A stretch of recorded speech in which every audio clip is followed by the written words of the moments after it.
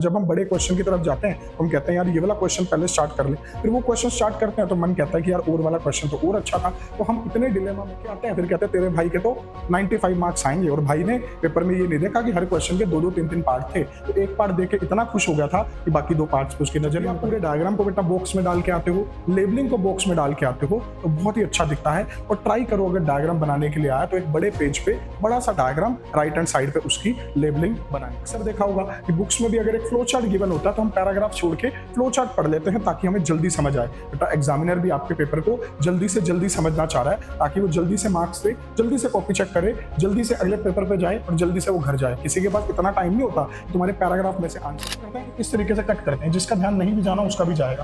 बेटा हमने क्या करना है, अपनी मिस्टेक्स को परोसना नहीं है एग्जामिनर के सामने। बड़ा क्वेश्चन भी अगर नहीं आता, बेटा मैंने ऐसे बच्चे भी देखे हैं, तो उस क्वेश्चन में से वर्ड्स पिक कर ले, लॉन्ग आंसर करो। मैं नहीं चाहता कि आप एमसीक्यू से पंगे लो और वो आंसर तुम्हारे गलत हो जाए। पेंसिल से लाइनें लगानी है लास्ट में, बहुत ही बढ़िया सुंदर टेबुलर फॉर्म में पेपर लगता है और जबरदस्त फील आती है एग्जामिनर को। चाहे उसमें गलत भी लिखा हो, फर्स्ट इंप्रेशन ऐसा जाता है कि बच्चा इतना सेंसिबल था कि उसने एक क्वेश्चन को दूसरे से पार्शन किया।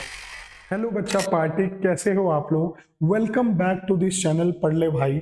और बेटा आज की ये video you can say the last video of class 12th bio होने वाली है, जिसमें हम डिस्कस करेंगे कुछ इंपॉर्टेंट टिप्स एंड ट्रिक्स जिससे आप कम लिख के भी ज्यादा मार्क्स ले सकते हो बायो जैसे एग्जाम में। बेटा आप लोगों को एग्जाम प्रिपरेशन के लिए जो इतना टाइम मिला था, अब वो टाइम खत्म होने को आया है और कुछ घंटों के बाद आपके हाथ में बोर्ड का फाइनल एग्जाम होने वाला है।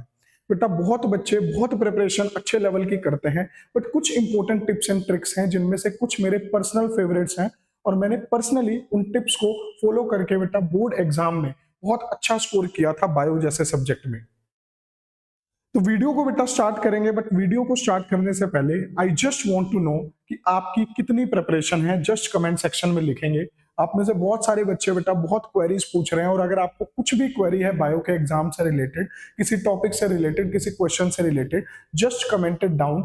आई विल प्रोमिस कि मैं एक एक क्वेरी का आंसर दूंगा कल के एग्जाम से पहले। तो बेटा ज्यादा वीडियो को लंबा ना करते हुए वीडियो को स्टार्ट करते हैं। अगर आप इस चैनल पर नए हैं और अभी तक आपने इस चैनल को सब्सक्राइब नहीं किया तो बेटा डू सब्सक्राइब। सब अच्छा अच्छा कंटेंट फ्री में आप लोगों को मिल रहा है, बस एक मोटिवेशन की जरूरत है, आपके लाइक, आपके कमेंट्स और आपके subscribe. So do subscribe this channel ताकि आपके जैसे और लोगों का भी ये भला हो सके, और इसे वीडियो को ज्यादा से ज्यादा शेयर करो बेटा अपने ग्रुप्स में, ताकि हर बच्चे को ये पता चल सके कि क्या ज्यादा पढ़ने से ज्यादा मार्क्स आते हैं या कुछ सीक्रेट टिप्स होते हैं जिसकी हेल्प से हम ज्यादा अच्छा स्कोर कर सकते हैं। बेटा सबसे पहला important tip, the magic of 15 minutes.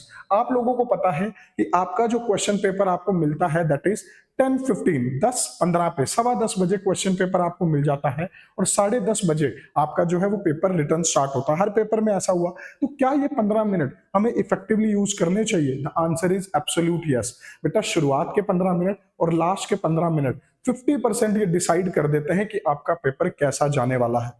तो शुरुआत के 15 मिनट के अंदर बेटा बहुत इफेक्टिवली आपको क्या करना है, सबसे पहले आपको करना है पेपर रीड आराम से। तो 5 मिनट में निकाल देता हूं फॉर पेपर रीडिंग। 5 मिनट में आपने पेपर रीडिंग कर लिया। अगले 5 मिनट में आपको पूरे पेपर में से जहां जहां पे भी लिखा हुआ है नोट, एमसीक्यू के अंदर लिख रखा है which of the following is note correct, या जहां पे भी आपको लगता है कुछ इंपॉर्टेंट पॉइंट्स लिख रखे हैं क्वेश्चन में जिसको आप गलती कर सकते हो, उसको बॉक्स में डाल दो, अंडरलाइन कर दो। क्वेश्चन पेपर पे पेंसिल लाइट लाइट चला सकते हो, अपने कोई डॉट्स लगाने हैं डॉट्स लगा दो, ताकि एग्जाम के एंड में आपको कोई भी दिक्कत ना आए। ठीक है, बचे हुए 5 मिनट में आपको क्या करना है, जो और वाले क्वेश्चन है बेटा, जो और वाले क्वेश्चन है उसका डिसीजन पहले ही ले लो, उसका डिसीजन आपको पहले ही लेना है। अदरवाइज होता क्या है कि लास्ट में टाइम भी कम बचता है, और जब हम बड़े क्वेश्चन की तरफ जाते हैं तो हम कहते हैं यार ये वाला क्वेश्चन पहले स्टार्ट कर ले, फिर वो क्वेश्चन स्टार्ट करते हैं तो मन कहता है कि यार और वाला क्वेश्चन तो और अच्छा था। तो हम इतने डिलेमा में रहते हैं कि जो क्वेश्चन हम लिख रहे होते हैं उसमें भी हम अपना 100% नहीं दे पाते। तो ये डिसीजन आप शुरुआत के 15 मिनट्स में कर लो, और उसके बाद जब आप पेपर करने बैठो तो आपने और वाला क्वेश्चन देखना भी नहीं है, आपने जो पहले डिसाइड कर दिया जस्ट गो विद दैट। क्योंकि बेटा शुरुआत के 15 मिनट में दिमाग आपका फ्रेश है, तो पॉसिबिलिटी ज्यादा है कि आप अच्छा सा डिसीजन ले पाओगे। लास्ट में पैनिक सिचुएशन में हो सकता है आप एक अच्छा डिसीजन वहां पे ना ले पाए। तो शुरुआत के 15 मिनट का पता चला, 5 मिनट आराम से पेपर पढ़ेंगे। अगले 5 मिनट में जो भी इंपॉर्टेंट लाइंस हैं क्वेश्चन पेपर की उसको अंडरलाइन करेंगे, जिसमें हमें हम कंफ्यूज हो सकते हैं, और लास्ट के बचे हुए 5 मिनट के अंदर हम लोग और वाले क्वेश्चन का डिसाइड कर लेंगे कि कौन सा क्वेश्चन हम अटेम्प्ट करेंगे। अब कई बच्चे कहते हैं सर सेक्शन कौन सा अटेम्प्ट करें, ये भी इन्हीं 15 मिनट्स में हमने डिसाइड करना है। बेटा ऑर्डर हमेशा वो रखना जोन सा सेक्शन आपको सबसे अच्छे से आता है। ज्यादातर बेटा आपको 5 मार्क्स वाले क्वेश्चन अच्छे से आते होंगे, तो मेरा ये पर्सनल सजेशन है कि आप बड़े क्वेश्चन से आप पेपर को जब स्टार्ट करते हैं तो एक पॉजिटिव इंप्रेशन रहता है एग्जामिनर के ऊपर भी, क्योंकि बड़े क्वेश्चन आसान होते हैं, हर कोई उसको अटेम्प्ट कर पाता है। अब कई बच्चे कहते हैं कि हम तो एमसीक्यू से करेंगे। अब जितना भी इंटेलिजेंट बच्चा हो सकता है 2 से 3 एमसीक्यूज कोई गलत हो जाए, so it might give a negative impact on the examiner. तो मेरे हिसाब से आपको एक बड़ा सेक्शन मतलब यूनिट सॉरी जो 5 मार्क्स वाले क्वेश्चन है वो आपको सबसे पहले अटेम्प्ट करने चाहिए। अदरवाइज अगर आपको 5 मार्क्स वाले में कंफ्यूजन है, go with the 3 mark question. तो 3 और 5 नंबर के क्वेश्चन सबसे पहले आप अटेम्प्ट करेंगे। Tip number 2, diagrams. बेटा पहले एनसीईआरटी के अंदर जो भी डायग्राम्स गिवन होते थे वो ड्रॉ करने के लिए आते थे, बट अब जो है वो कॉन्सेप्ट काफी ज्यादा चेंज हो चुका है। कुछ एक डायग्राम्स आपको ड्रॉ करने के लिए आएंगे, बट कुछ एक डायग्राम्स आपके पास बने बनाए आएंगे और उसके बेसिस पे आपको क्वेश्चन करना होगा। जब भी आप एग्जाम में बेटा डायग्राम बनाओ तो बड़े साइज का होना चाहिए। आपके पास पूरा पेज है और पेज की तो कोई लिमिट ही नहीं है कि अगर कोई शीट आपकी खत्म होगी तो कोई आपको शीट नहीं देगा, बेटा सब शीट देने वाले हैं एक्स्ट्रा। तो आप एक बड़ा सा डायग्राम बनाओगे, लेबलिंग राइट हैंड साइड पे करोगे। बेटा बड़ा डायग्राम बनाने से जो उसके पार्ट्स हैं वो दूर दूर ऑटोमेटिकली हो जाते हैं, लेबलिंग खच नहीं मचती, उसमें क्लमजी नहीं होती। तो लेबलिंग साफ साफ करो और हर लेबलिंग को बॉक्स में डाल दो। अगर साथ साथ बॉक्स में डालने का टाइम नहीं है तो लास्ट में जो 15 मिनट बचेंगे, मैं बताऊंगा कैसे बचेंगे, उसमें आप उसको बॉक्स में डालोगे। मोर ओवर अगर किसी क्वेश्चन में डायग्राम नहीं बनाने को कहा गया और आपको लगता है इसके अंदर डायग्राम बहुत इंपॉर्टेंट रोल प्ले कर रहा है, draw diagram wherever necessary. बेटा बायो का पेपर हो और डायग्राम ना बनाओ तो ऐसा तो है ही नहीं, तो डायग्राम ज्यादा से ज्यादा बनाओगे। लेबलिंग जो है उसको बॉक्स में कर दोगे, डायग्राम को बॉक्स में डाल दोगे, उससे बहुत ही अच्छी नीट एंड क्लीन फीलिंग आती है। ठीक है, जब भी आप पूरे डायग्राम को बेटा बॉक्स में डाल के आते हो, लेबलिंग को बॉक्स में डाल के आते हो, तो बहुत ही अच्छा दिखता है। और ट्राई करो अगर डायग्राम बनाने के लिए आया तो एक बड़े पेज पे बड़ा सा डायग्राम राइट हैंड साइड पे उसकी लेबलिंग बनाएंगे। Next one, avoid paragraph. बेटा यहाँ पे देखो लैक ऑपेरॉन की डिस्क्रिप्शन लिख रखी है, मेरी खुद की हैंड राइटिंग है, बट यहाँ पे आपको इजिली ये सारी चीजें क्लियर हो रही है। जैसे अगर मैं बात करूं, है ना, जैसे मान लो मैं बात करूं तो यहाँ पे आप देखो, यहाँ पे मैंने फ्लो चार्ट्स की हेल्प ले रखी है, बॉक्सेस की हेल्प ले रखी है, जिसकी वजह से ये थोड़ा सा प्रेजेंटेबल लग रहा है। तो सबसे पहली चीज आपने करनी है बेटा, पैराग्राफ को अवॉइड करना है। पैराग्राफ जब भी लिखना पड़ जाए उसको पॉइंट्स में ब्रेक करो, और उससे भी ज्यादा बेटर होता है कि आप उसको क्या करो, फ्लो चार्ट की फॉर्म में कन्वर्ट कर दो। जैसे ए कन्वर्ट हो रहा है बी में, बी कन्वर्ट हो रहा है सी में, so make in the form of flow chart. ऐसा आपने अक्सर देखा होगा कि बुक्स में भी अगर एक फ्लो चार्ट गिवन होता है तो हम पैराग्राफ छोड़ के फ्लो चार्ट पढ़ लेते हैं ताकि हमें जल्दी समझ आए। बेटा एग्जामिनर भी आपके पेपर को जल्दी से जल्दी समझना चाह रहा है ताकि वो जल्दी से मार्क्स दे, जल्दी से कॉपी चेक करे, जल्दी से अगले पेपर पे जाए और जल्दी से वो घर जाए। किसी के पास इतना टाइम नहीं होता कि तुम्हारे पैराग्राफ में से आंसर को ढूंढे। तो मेक श्योर कि आप पॉइंट्स यूज करेंगे, फ्लो चार्ट यूज करेंगे for better outcome. Word limit and time limit, बेटा ये बहुत इंपॉर्टेंट है। वर्ड लिमिट अगर आपने क्रॉस की तो बहुत दिक्कत होने वाली है। So word limit is very very important. 5 marks का जो आपका क्वेश्चन होगा वो ऑलमोस्ट आपका एक पेज में आ जाना चाहिए। डिपेंडिंग अपॉन क्वेश्चन क्या हो सकता है, उसके 2-3 पार्ट्स हो तो बहुत कम में चल जाएगा। अगर कोई बड़ा हर्शियन चेज एक्सपेरिमेंट है या कोई बड़ा एक्सपेरिमेंट है तो हो सकता है इससे भी एक्सीड कर जाए। 3 मार्क्स का जो आपका है क्वेश्चन, उसके अंदर मैक्सिमम टू मैक्सिमम 6 पॉइंट्स होने चाहिए। 6 भी ज्यादा बोल रहा हूँ, या फिर अगर हम पैराग्राफ तो अवॉइड कर लें, पैराग्राफ भी लिख रहे हैं तो ऑलमोस्ट आपके पास हाफ पेज होना चाहिए। और उसमें भी ये डिपेंड करता है कि पॉइंट वाइज आपको क्वेश्चन पूछे तो आप उसी पॉइंट वाइज आंसर करोगे। 2 मार्क्स का जो क्वेश्चन होगा बेटा वो maximum two maximum 2 to 3 points या 2 to 3 लाइंस यू कैन से। और एमसीक्यू क्वेश्चन होगा तो उसमें तो क्या ही लिखना, आपको सिर्फ ऑप्शन ही मेंशन करने हैं। तो word limit is very important. बहुत ज्यादा लिखने पे और बहुत कम लिखने पे नुकसान हो सकता है, तो आप बिल्कुल क्वालिटी पे बहुत इंपॉर्टेंट फोकस करेंगे बेटा, क्वांटिटी की बजाय। ये नहीं है पूरा पैराग्राफ लिख दिया और ढंग की लाइन एक ही है, 4 लाइनें लिखी बट जबरदस्त लिखी और इंपॉर्टेंट पॉइंट्स को अंडरलाइन भी कर दोगे। टाइम लिमिट, टाइम लिमिट बेटा बहुत इंपॉर्टेंट है। यहाँ पे 70 मार्क्स का पेपर है, 180 हमारे पास मिनट है, तो आपने क्या करना है, 1 मिनट, पहले भी मैं बताता हूं, 1 mark is equal to 2 minutes.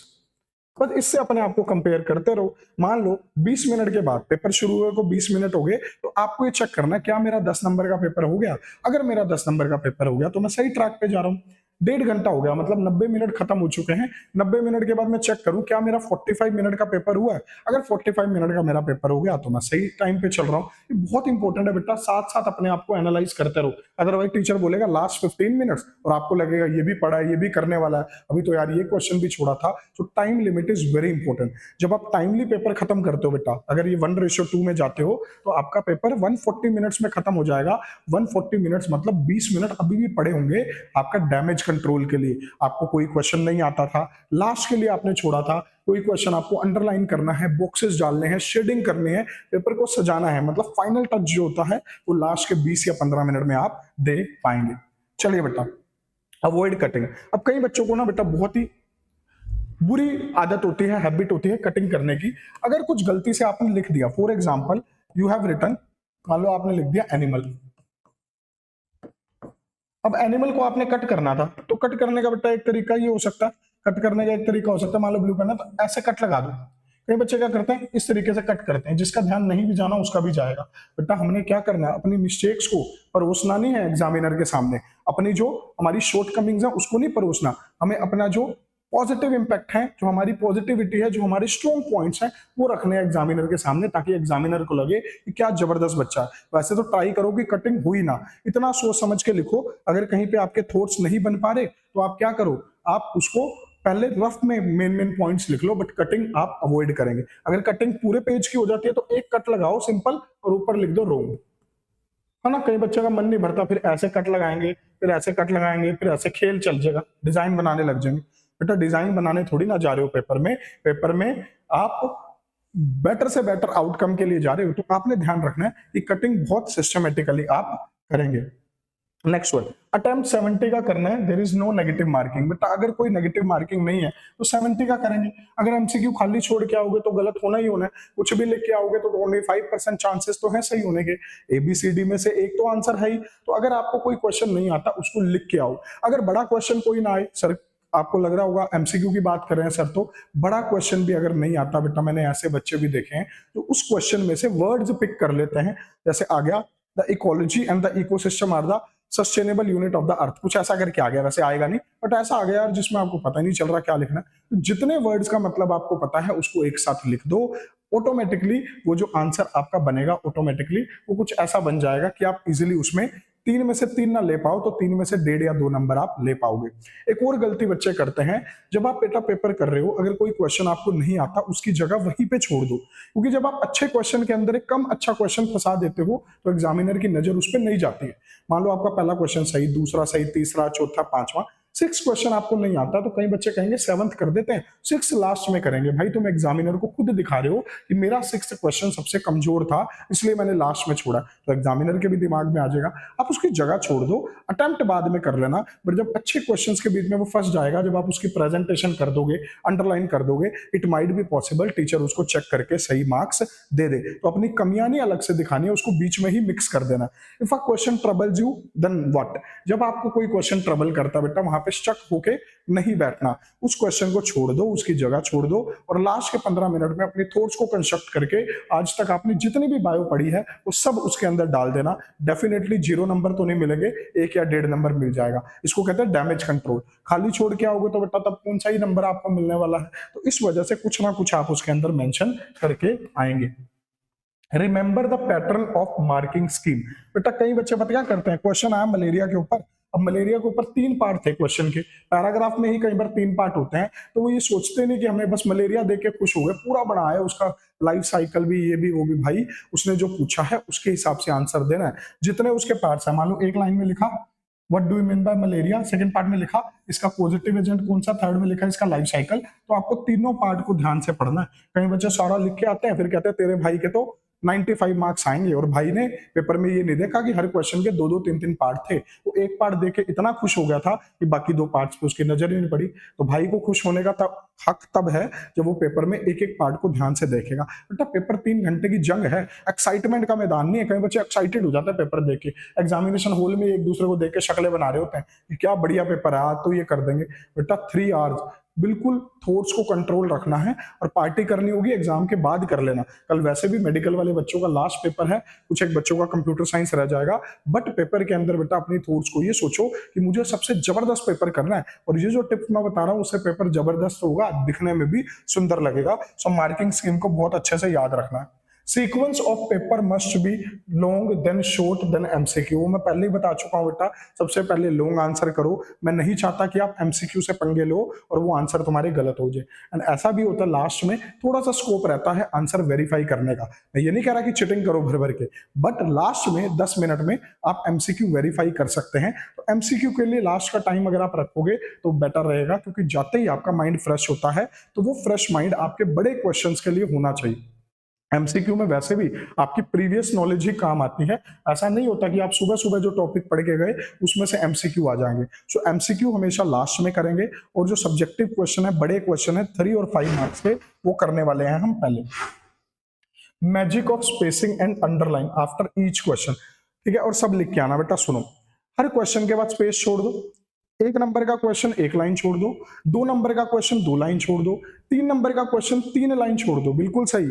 3 number के क्वेश्चन के बाद 3 लाइन छोड़ दो, और 5 मार्क्स के क्वेश्चन के बाद 3 to 4 लाइन छोड़ दो। अब आप कहोगे कि जो लाइन छूटी हुई है इसमें क्या करना है बेटा? इसमें आपको पेंसिल से लाइनें लगानी है लास्ट में। बहुत ही बढ़िया सुंदर टेबुलर फॉर्म में पेपर लगता है, और जबरदस्त फील आती है एग्जामिनर को, चाहे उसमें गलत भी लिखा हो। फर्स्ट इंप्रेशन ऐसा जाता है कि बच्चा इतना सेंसिबल था कि उसने एक क्वेश्चन को दूसरे से पार्शन किया हुआ है। फिर बारी आती है लास्ट के 15 मिनट में, आपने क्वेश्चंस के बीच में लाइनें लगा दी, डिफरेंस में लाइन लगाओ बेटा। डिफरेंस के बीच में डिब्बे बना दो, जैसे मान लो डिफरेंस लिखना। इसी चैनल पर बेटा प्रेजेंटेशन स्किल से रिलेटेड एक लॉन्ग वीडियो भी है, अगर किसी को वो देखनी है वो भी देख सकता है। इस तरीके से जब आप बॉक्सेस बना के आते हो तो पेपर आपका और खूबसूरत लगता है। साइंटिस्ट के नेम अंडरलाइन करो, कोई ईयर है उसको अंडरलाइन करो। माइक्रो ऑर्गेनिज्म तो आपको पता ही टेक्सोनॉमी के अकॉर्डिंग अंडरलाइन होगा, जीनस और स्पीशीज। तो इंपॉर्टेंट चीजों को बॉक्सेस में बना के आओ, अंडरलाइन करो, और ट्राई करो ये सब पेंसिल से हो। वैसे मैं बेटा सजेस्ट करता हूँ आप ब्लू स्केच भी लेके जा सकते हो। ब्लू स्केच जैसा एक पेन भी आता है उस टोन का, तो जब आप बॉल पेन से लिखते हो और उस कलर से हाईलाइट करते हो तो वो देखने में बहुत जबरदस्त लगता है। बट कई बच्चे कहते हैं कि शायद अलाउड नहीं होता। होता है बेटा अलाउड, ब्लू का कोई भी टोन आप रॉयल ब्लू टोन में जा सकते हो। कई बच्चे तो ब्लैक भी यूज कर लेते हैं, black is also acceptable. But कईयों को लगता है कि शायद बोर्ड में अलाउड नहीं होता, बट मेरे अकॉर्डिंग ब्लू और ब्लैक दोनों यूज कर सकते हैं। उसका रेशो कम होना चाहिए, ये नहीं है ब्लैक से ही भर दिया। अगर अंडरलाइन या हेडिंग डालने के लिए आप ब्लैक यूज करते हो तो कोई उसको डिस्क्वालीफाई या कैंसिल नहीं करता, बट सेफ साइड के लिए आप ब्लू के 2 टोन यूज कर लो। हाँ जी, और अंडरलाइन करने के लिए बेटा एचबी की पेंसिल यूज करो, डार्क वाली, जिससे आप शेडिंग भी कर सकते हो डायग्राम्स की, अगर लास्ट में आपके पास टाइम बचता है। और बेटा सब लिख के आना है, कुछ नहीं छोड़ना। अगर अच्छे मार्क्स चाहिए तो ये समझ लो कि आपको क्या करना है, 70 का जो 70 नंबर का पेपर है वो ही अटेम्प्ट करके आना है, मतलब उससे कम नहीं करना। कई बच्चे और वाले क्वेश्चन भी कर देते हैं, मैं सजेस्ट करूंगा कि उसमें टाइम तभी वेस्ट करें अगर आप पे सफिशिएंट टाइम लास्ट में बचा हो और वाले दोनों क्वेश्चन आपको आते हों।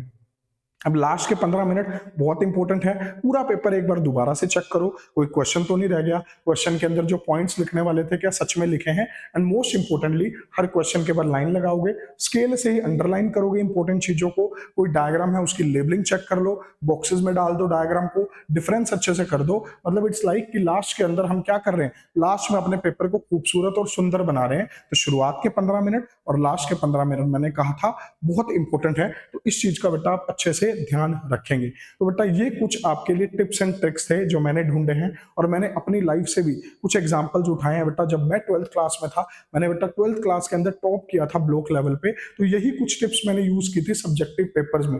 तो आपको भी ये टिप्स यूज करने हैं। अगर आपको कोई भी क्वेरी हो, कोई क्वेश्चन हो या कुछ भी हो, जस्ट कमेंट इट डाउन। कल एग्जाम से पहले आई विल ट्राई आपकी सारी क्वेरीज दूर हो पाए। एंड अगर बेटा आप इस चैनल पर नए हैं और अपने फ्रेंड्स के साथ इस चैनल को शेयर करो, और ज्यादा से ज्यादा लोगों को इस चैनल के अंदर जो भी कंटेंट है वो अवेलेबल कराओ, क्योंकि बच्चों के लिटरली ऐसे कमेंट्स आते हैं कि लास्ट मोमेंट पे उन्होंने कुछ टॉपिक्स करे और उनको बहुत जबरदस्त वाले समझ में आए। ठीक है, कल का पेपर आसान आएगा बेटा, टेंशन नहीं लेनी। गुड लक एंड पढ़ ले भाई।